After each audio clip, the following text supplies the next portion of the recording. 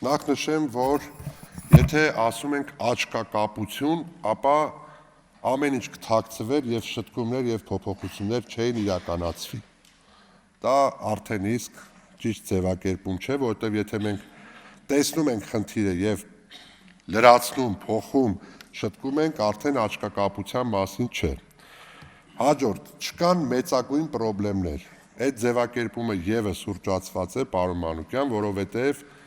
մենք օրըստօրե տեսնում ենք փոփոխություններ եւ այդ փոփոխությունները բացառապես դրական են։ Իսկ ինչի փոփոխություններ, որովհետեւ նախկինում վարժական հավաքները իրականացվել են, ես չեմ վարանի այս բառը օգտագործել, հիմնականում ձևական։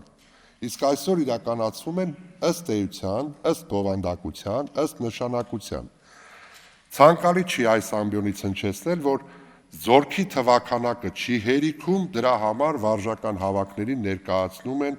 մարդկանց նաև մարտական հերթապահության։ Այդ ամբողջը իրականացվում է մասնագիտական գիտելիքների, կարողությունների ամրապնդման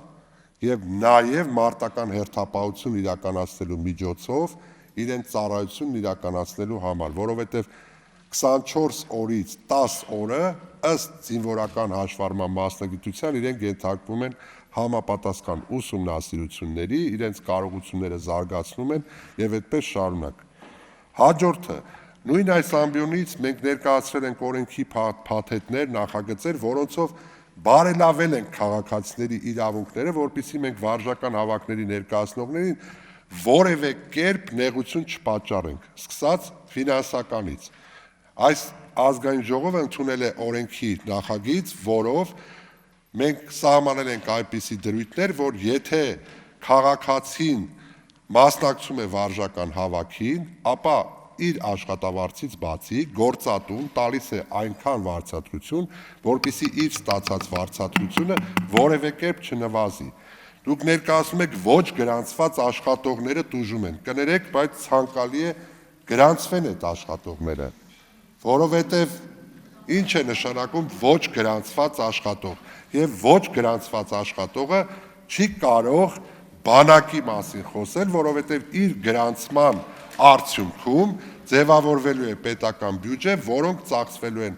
նաև բանակի կարիքները հոգալու համար։ Հարգելի գործընկերներ, ներողություն եմ խնդրում վստահությունը չարաշահելու համար, այսպես մի շարք խնդիրներ կան, համազգեստի հետ կապված սրան էլ անդրադառնամ, պարոն Մանուկյանը իրականում հնչեցրել է, որ համազգեստի գումար են պահում, մենք ճշտել ենք,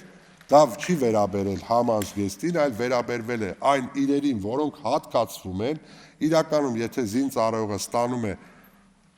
ջրի շիշ, չգիտեմ, այլ հագուստներ, որոնք նախատեսված են ծառայության համար եւ դրանք կորցնում է, բնականաբար պետք է